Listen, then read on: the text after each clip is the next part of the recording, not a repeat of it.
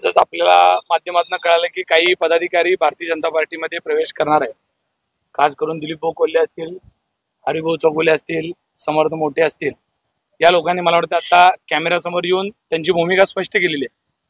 काही दिवसासाठी दिलीप भाऊ राष्ट्रवादीतून शिवसेनेत आले होते, त्यांनी आम्हाला खूप असं मार्गदर्शन केलं, ते ज्येष्ठ नेते आहेत आणि आता खऱ्या अर्थानं भारतीय जनता पार्टीला त्यांच्या अनुभवाची कामाची गरज असल्यामुळं त्यामुळे ते आता भारतीय जनता पार्टीत प्रवेश करतायत।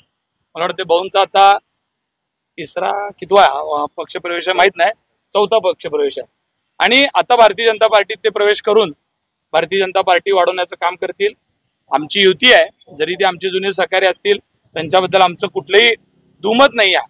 शेवट दिल्या घरी सुखी राहा, काम करा, तिथं राहून ज्या इथं काही गोष्टी घडल्या तर न होता तिथं सुद्धा एकोपा ठेवण्याकरता ह्या सगळ्या मंडळींना काम करावं, त्यांना खूप खूप शुभेच्छा देतो आणि आम्ही एकनाथ शिंदे साहेबांच्या नेतृत्वात शिवसेना वाढीसाठी प्रचंड मोठ्या प्रमाणामध्ये स्थानिक स्वराज्य संस्थेसाठी येणाऱ्या काळात काम करणार आहोत आणि अनेक प्रवेश शिवसेनेत होणार आहेत।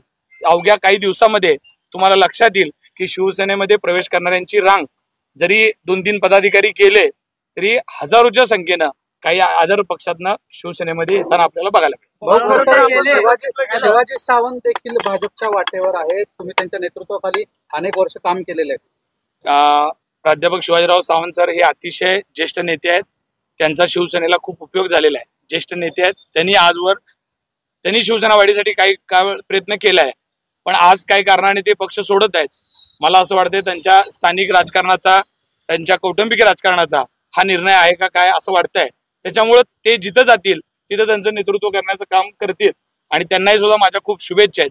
आज भारतीय जनता पार्टी आहे, युती आहे, त्यामुळे आम्हाला सुद्धा आज जरी तिकडे गेले असले तरी पुन्हा मांडीला मांडी लावून बसायचं आहे। अजितदादाचा गट असू द्या, हे असू द्या, आणि हे ज्येष्ठ नेते आहेत त्यांना माझ्या खूप खूप शुभेच्छा। असं वाटलं नाही का की पक्षाचे नेते फोडायचे नाहीत, असा स्वतंत्र धर्म असतो, मात्र असं असताना देखील ही जी काही घटना घडली आहे याच्यामध्ये भारतीय जनता पार्टीने काय केलंय असं मला मुळीच वाटत नाही।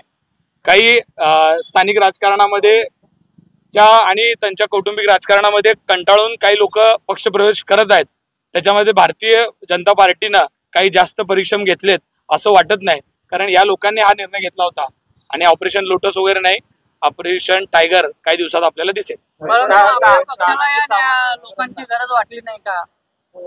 नाही, ह्या लोकांची नक्कीच गरज होती। यांच्या मार्गदर्शनाखाली याआधी सुद्धा शिवसेना मोठ्या प्रमाणात काम केलेली आहे, पण आदरणीय एकनाथजी शिंदे साहेब हे अतिशय तुम्हाला माहित आहे कशा पद्धतीचे कणखर नेतृत्व आहे आणि ते नेतृत्व त्यांच्या समंजस पद्धतीने जर त्यांच्यापाशी काही गोष्टी मांडल्या गेल्या असत्या तर नक्की त्यातनं मार्ग निघाला असता, पण हट्टीपणाने आपण आपल्या मनासारख्या काही गोष्टी कराव्यात असं म्हटल्यामुळं मला वाटतं कदाचित ह्यात मार्ग निघाले।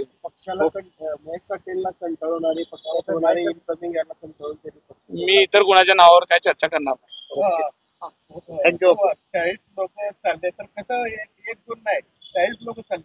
मी हेच सांगितलं की जरी आज काही शिवसैनिक भारतीय जनता पार्टीत गेले असतील तर येणाऱ्या काळामध्ये हजारोच्या संख्येनं आदर पक्षातनं तुम्हाला शिवसेनेत आलेले दिसतील।